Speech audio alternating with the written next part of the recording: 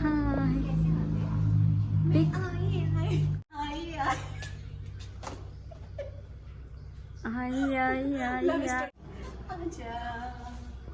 Hi everyone, this is me Ratnashree. तो अभी UK में रात के 10 बज रहे हैं, 10:30 बज रहे हैं एक्चुअली। और जैसा कि आप लोगों को पता है कि ये स्प्रिंग वेदर है। मार्च और अप्रैल इंग्लैंड में स्प्रिंग माना जाता है, यानी कि वसंत ऋतु, जिसका इंतज़ार हम सभी बहुत ही बेताबी से करते हैं। ये देखिए मेरे पीछे ये मैग्नोलिया खिला हुआ है, कितना ब्यूटीफुल है। And there are some yellow flowers. So अभी पेड़ में पत्ते आने शुरू हुए हैं। अभी छोटे छोटे हरे हरे पत्ते निकल रहे हैं। कुछ दिनों में, इसका मतलब है कि 1 महीने में ये सारे पेड़ पत्तों से भर जाएंगे।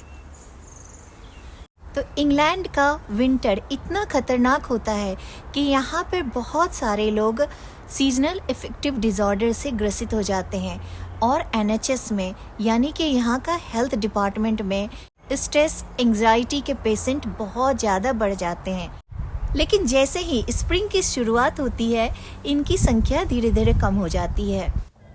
और इसका श्रेय गार्डनिंग को जाता है, क्योंकि गार्डनिंग ब्रिटिश लोगों के लिए एक पेट्रियोटिक एक्टिविटी है। ब्रिटिशर्स ने पास्ट में इतनी सारी लड़ाइयाँ लड़ी हैं कि अपने मेंटल एंड फिजिकल हेल्थ को इम्प्रूव करने के लिए, साथ ही इम्पोर्टेड गुड्स पे अपनी डिपेंडेंसी को कम करने के लिए उन्होंने गार्डनिंग का सहारा लिया। और ये बात सही भी है, जो लोग गार्डनिंग करते हैं उन्हें मेंटल हेल्थ इश्यूज़ बहुत ही कम होते हैं, फिजिकल हेल्थ भी उनका बहुत अच्छा होता है। मुझे अंग्रेज़ों की ये बातें बहुत पसंद आई, क्योंकि मैं भी उनकी तरह एक मैड गार्डनर हूँ। आज मेरा डे ऑफ था, तो आज सुबह मैं अपने लोकल गार्डन सेंटर लीलेंस में गई थी, जहाँ से मैंने बहुत सारे प्लांट्स एंड कंपोस्ट खरीदे। प्लांट्स तो नहीं, सीड्स मैंने ज़्यादा खरीदे, क्योंकि अगर मैं प्लांट्स खरीदती हूँ तो वो हज़ारों की मात्रा में होंगे एंड दैट मीन्स कि उसका प्राइस बहुत ज़्यादा हो जाएगा। इसीलिए मैं सीड्स से अपने प्लांट्स को ग्रो करना ज़्यादा पसंद करती हूँ, क्योंकि इससे पैसों की काफ़ी बचत होती है। प्लस अगर आप सीड से पौधे को उगाते हैं तो आपको बहुत ज़्यादा खुशी मिलेगी जब वो सीड स्प्राउटेड होता है एंड छोटा सा पौधा निकलता है।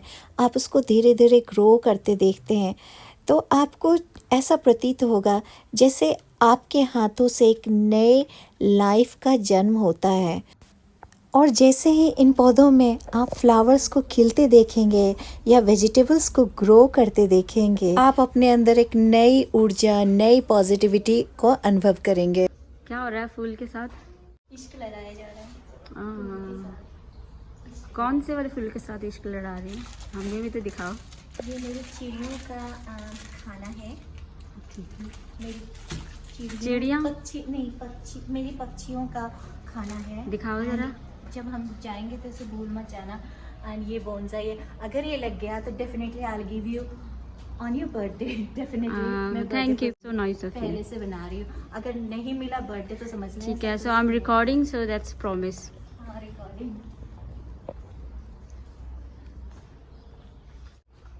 रुक जा, देखो मैंने देखा है ये एक सपना, फूलों के शहर में है घर अपना, क्या समा है, तू कहाँ है।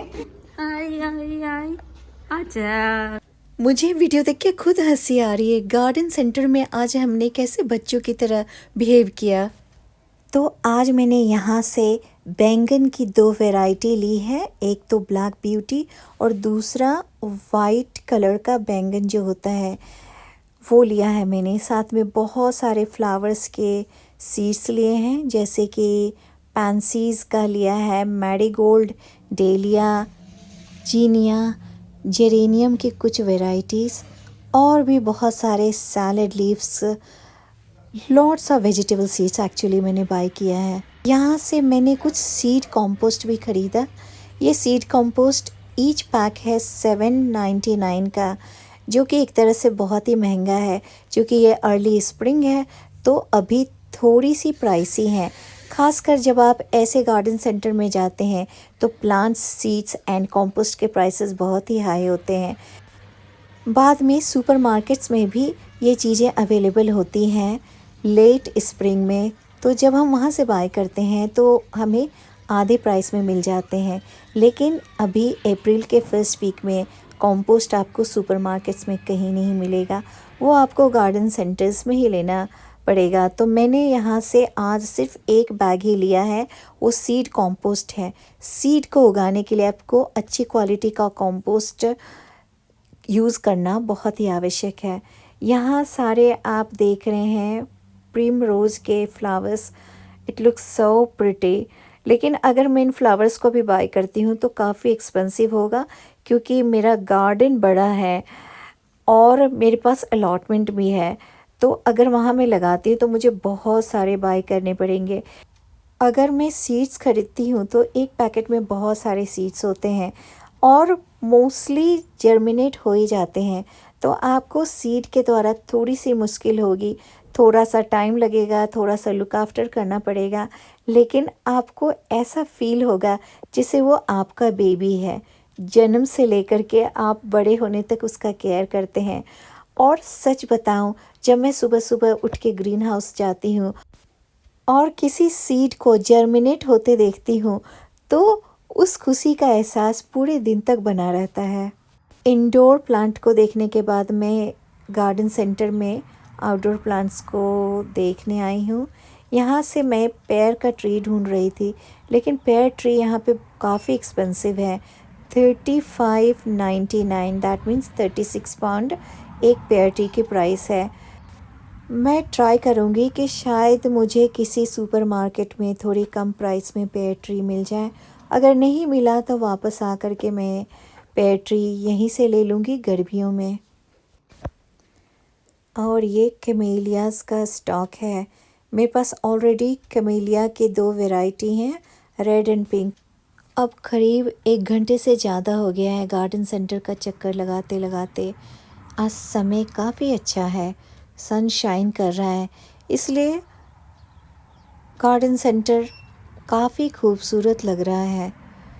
मुझे शॉपिंग करना बिल्कुल भी पसंद नहीं है। मैं कभी भी कोई क्लोथ शॉपिंग या फिर ग्रॉसरी शॉपिंग के लिए नहीं जाती हूँ, लेकिन अगर प्लांट की शॉपिंग करना हो तो मैं सारा दिन गार्डन सेंटर में स्पेंड कर सकती हूँ। और ये गार्डन सेंटर का दूसरा भाग है, जहाँ पर बहुत सारे प्रिमरोज़ रखे हुए हैं। कितना ब्यूटीफुल लगता है। मुझे कभी कभी लगता है कि प्लांट का प्राइस को थोड़ा सा कम करके रखें तो ज़्यादा से ज़्यादा लोग इसे अफोर्ड कर सकते हैं, लेकिन ये इतने प्राइसी होते हैं कि बहुत सारे लोग उसकी प्राइस देख के ही छोड़ देते हैं। ये फ्लावर, सॉरी मैं इसका नाम भूल गई, ये भी मेरे पास बहुत सारा था। ये सारे कैक्टस एंड ये एलोवेरा है। This looks so beautiful. Cactus मुझे शॉप्स में तो बहुत अच्छे लगते हैं, लेकिन मैं घर में ज़्यादा प्रेफर नहीं करती, क्योंकि इंडिया में कैक्टस को लेकर कुछ ब्लाइंड फेथ भी माना जाता है। इसीलिए शायद मेरे मन में भी ये अंधविश्वास बैठा हुआ है। ये ब्यूटीफुल ऑर्नामेंटल ऑरेंज ट्री और लेमन ट्री, पता नहीं इसे खाया जाता है या नहीं, या फिर ये जस्ट शो के लिए हैं, but it looks very pretty. ऐसे प्लांट्स मैं घर में नहीं रखना चाहती हूँ, क्योंकि इसकी देखभाल बहुत करनी पड़ती है। अगर आप इसको प्रॉपरली देखभाल ना करें तो फिर इसमें फ्रूट्स नहीं लगेगा। और मेरे पास तकरीबन 1000 से ऊपर ही प्लांट होंगे, तो इतनी ज़्यादा लुक आफ्टर पॉसिबल नहीं है। गार्डन सेंटर ऑलवेज बहुत ही ब्यूटीफुल लगता है। ये सारे इंडोर प्लांट्स का सेक्शन है।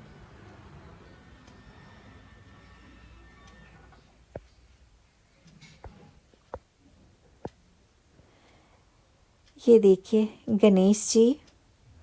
यहाँ इंग्लिश कंट्री में गणेश जी का स्टैचू रखना एंड बुद्धा का स्टैचू रखना, बुद्धा तो खैर सभी जानते हैं, लेकिन गणेश जी को ये लोग एलिफेंट गॉड कहते हैं। अगर इस गणेश जी का स्टैचू किसी अंग्रेज के यहाँ चला गया तो फिर वो उसे प्रॉपर सम्मान के साथ नहीं रख पाएंगे। सो बेटर है कि ये गणेश जी का स्टैचू कोई हिंदू ही बाय करे। मैं ही बाय कर लेती, लेकिन इसकी प्राइस इतनी ज़्यादा है। एंड ये सब कुछ गोल्ड फिश हैं। मेरे पास भी गार्डन पॉन्ड है, उसमें करीब 50-60 फ़िश हैं। मेरे पॉन्ड में हर साल फ़िश अंडे देती है, जिससे बहुत सारे बेबीज़ निकल आते हैं। यहाँ कुछ सेरामिक एंड टेराकोटा के पॉट हैं। टेराकोटा पॉट ये सब ट्रीट किया होता है, तो फ्रॉस्ट में ये टूटेंगे नहीं। मैं कुछ पॉट्स इंडिया से लेके आई थी, टेराकोटा के थे, तो उसे मैंने बाहर रखा। वो विंटर में कम्प्लीटली चूर चूर हो गया, क्योंकि यहाँ ठंड इतनी ज़्यादा होती है कि यहाँ के टेराकोटा पॉट को फ्रॉस्ट फ्री किया जाता है। लेकिन इंडिया में इतनी ठंड नहीं होती, तो उसको फ्रॉस्ट से प्रोटेक्ट नहीं किया जाता है। तो इसीलिए इंडिया का कोई भी गार्डन प्रोडक्ट आप यहाँ लाएंगे तो वो खंडित हो जाएगा। अब इस गार्डन सेंटर में करीब 2 घंटे स्पेंड करने के बाद मेरी शॉपिंग कंप्लीट हो गई। अपने सामान उठा करके अब मैं घर की तरफ चल पड़ी हूँ। वहाँ जाके मुझे बहुत सारे काम करने हैं, क्योंकि मैंने जो सीड्स खरीदे हैं उन्हें कंपोस्ट में लगाने हैं। साथ में आगे कुछ और भी काम करने का इरादा है। लेट्स सी कि मैं क्या क्या कर पाती हूँ आज के दिन। तो घर आके मैंने लंच किया। अब मैं अपने गार्डन में सीड ट्रे को भर रही हूँ। वेदर आज अच्छा है, हवा में थोड़ी ठंड है, लेकिन सन शाइन कर रहा है, तो फिर बाहर हम काम कर सकते हैं। सो इन ट्रेज में कंपोस्ट भर के मैंने फ्लावर्स के सीड लगाए हैं। ये देख रहे हैं आप, ब्लैक आई सूजन इसे कहते हैं। साथ में मैंने डेलिया लगाया, जीनिया का लगाया, जेरेनियम लगाया, पिटूनियाज का लगाया। तो ये फर्स्ट बैच था मेरा। उसके बाद मैं बहुत टायर्ड हो गई, लेकिन स्प्रिंग अनियन भी आज लगाना ज़रूरी है। क्योंकि ये स्प्रिंग अनियन है, तो मार्च में इसे लगाने से आप इसका हार्वेस्ट एंड ऑफ मई या जून तक कर सकते हैं। लेकिन जैसे ही इन स्प्रिंग अनियन में पत्ते आ जाते हैं, तो इनके हरे हरे पत्तों को मैं सैलेड में यूज़ करती हूँ। जैसे मैं हमेशा कहती हूँ कि मैं अनियन गार्लिक नहीं खाती हूँ, बट घर में दूसरे लोग हैं जो ज़्यादातर दिन के लंच में सैंडविचेस खाते हैं। तो ये फ्रेश ऑर्गेनिक स्प्रिंग अनियन के पत्ते सैंडविचेस में एक्स्ट्रा फ्लेवर ऐड करते हैं। करीब 3 महीने के बाद ये अनियन भी हार्वेस्ट करने के लायक हो जाएंगे। ये साइज में काफ़ी बड़े हो जाते हैं। सो इन अनियन के बल्ब्स को मैंने इक्वली डिस्टेंस पे रो में लगा दिया है, और इसे हल्के से सॉइल से कवर करने हैं। ज़्यादा इसे डीपली प्लांट नहीं करना है। अगर आप बहुत डीप प्लांट करते हैं तो इसे ग्रो करने में काफ़ी टाइम लग जाता है। तो इसका जो नीचे का यानी बॉटम का पार्ट है वो सन की तरफ फेस होना चाहिए और ज़मीन से बाहर दिखना चाहिए। और अंत में please like, share and subscribe for my hard work. Thank you so much for watching.